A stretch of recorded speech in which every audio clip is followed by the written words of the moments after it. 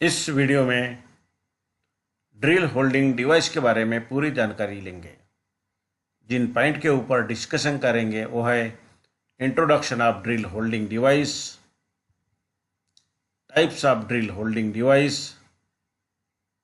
Drill chuck, sleeve, socket और साथ साथ ड्रिल ड्रिप के बारे में भी जानकारी हासिल करेंगे।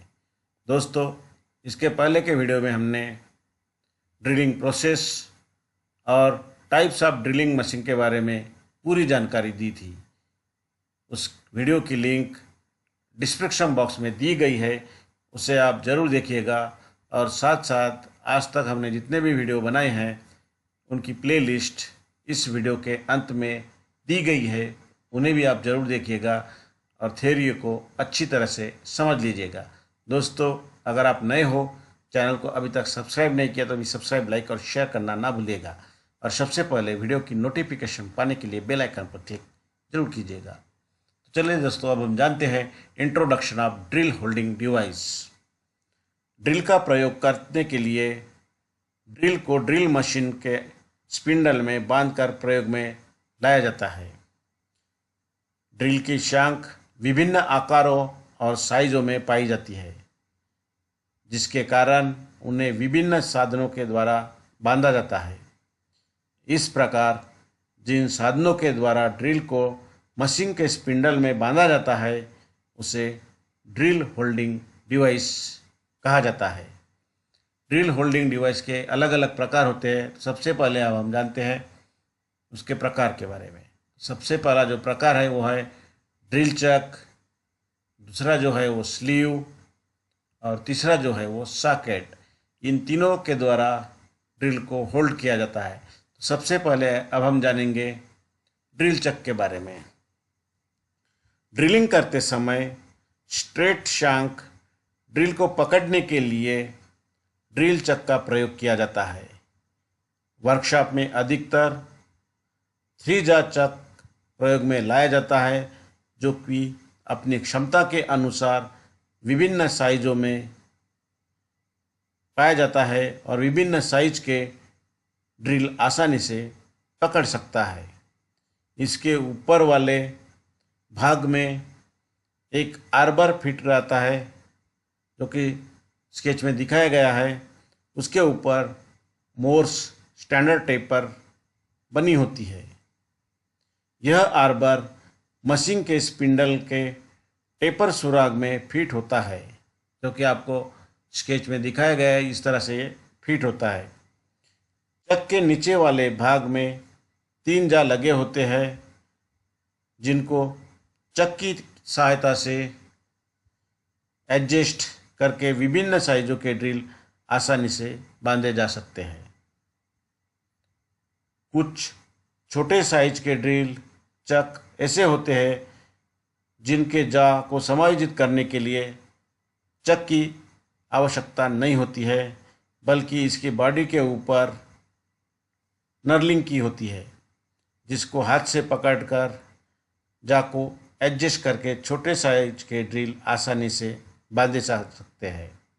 इसी को कीलेस चक कहा जाता है। ड्रिल चक 2 साइज में पाया जाता है, 0 से 13 mm तक और 3 mm से 20 mm तक के साइज में ड्रिल चक पाए जाते हैं। अब हम जानते हैं स्लीव के बारे में। जब किसी टेपर शांक ड्रिल या ड्रिल चक की शांक ड्रिल मशीन के स्पिंडल के टेपर सुराग से छोटी साइज की होती है, तो स्लीव का प्रयोग किया जाता है। इसके अंदर मोर स्टैंडर्ड टेपर का सुराग बना होता है। इसके अंदर बने टेपर सुराग में ड्रिल चक या टेपर शांक ड्रिल की शांक फिट करके इसका ऊपरी भाग मशीन के स्पिंडल के टेपर के सुराग में फिट कर दिया जाता है। इसके अंदर मोर स्टैंडर्ड टेपर का सुराग बना होता है और बाहर का विभाग मोर स्टैंडर्ड टेपर का बना होता है। इसके अंदर बने टेपर सुराग में ड्रिल चक या टेपर शांक ड्रिल की शांक फिट करके इसका ऊपरी भाग मशीन के स्पिंडल के टेपर सुराग में फिट कर दिया जाता है। स्लीव प्राय अलग अलग साइज में नंबरों से पाए जाते हैं, जैसे कि 0 to 1, 1 to 2, 2 to 3, 3 to 4 इस तरह। इस प्रकार पहला नंबर अंदर के टेपर का सुराग का और दूसरा नंबर बाहर वाले टेपर का होता है। अब हम जानते हैं सॉकेट के बारे में।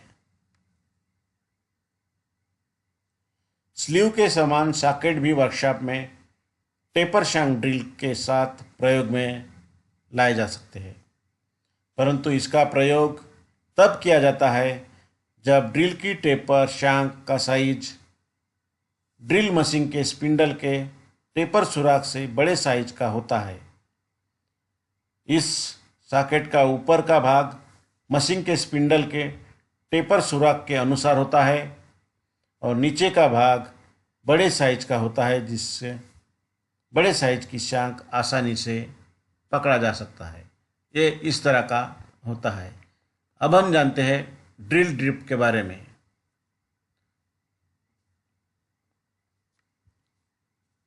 ड्रिल ड्रिप प्राय माइल्ड स्टील से बनाई जाती है। इसका जो टेपर एंगल होता है वो 8 डिग्री से 20 डिग्री तक बना होता है। इसका प्रयोग स्लीव निकालने के लिए, टेपर शांक ड्रिल निकालने के लिए या फिर ड्रिल चक निकालने के लिए किया जाता है। इस तरह से इस पे हैंडल की तरफ हैमर से हल्की सी चोट लगाई जाती है और ड्रिल को आसानी से बाहर निकाला जाता है।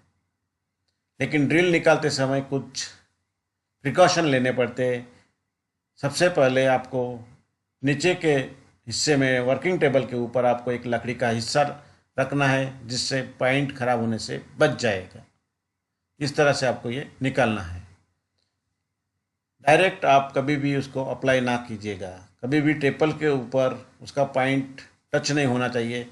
इसका प्रिकॉशन आपको लेना है। यही सही तरीका है कि वुडन का एक ब्लॉक आपको नीचे रखना है और उसके बाद हैमर के सहायता से ड्रिप के ऊपर हल्की सी एक चोट लगानी है।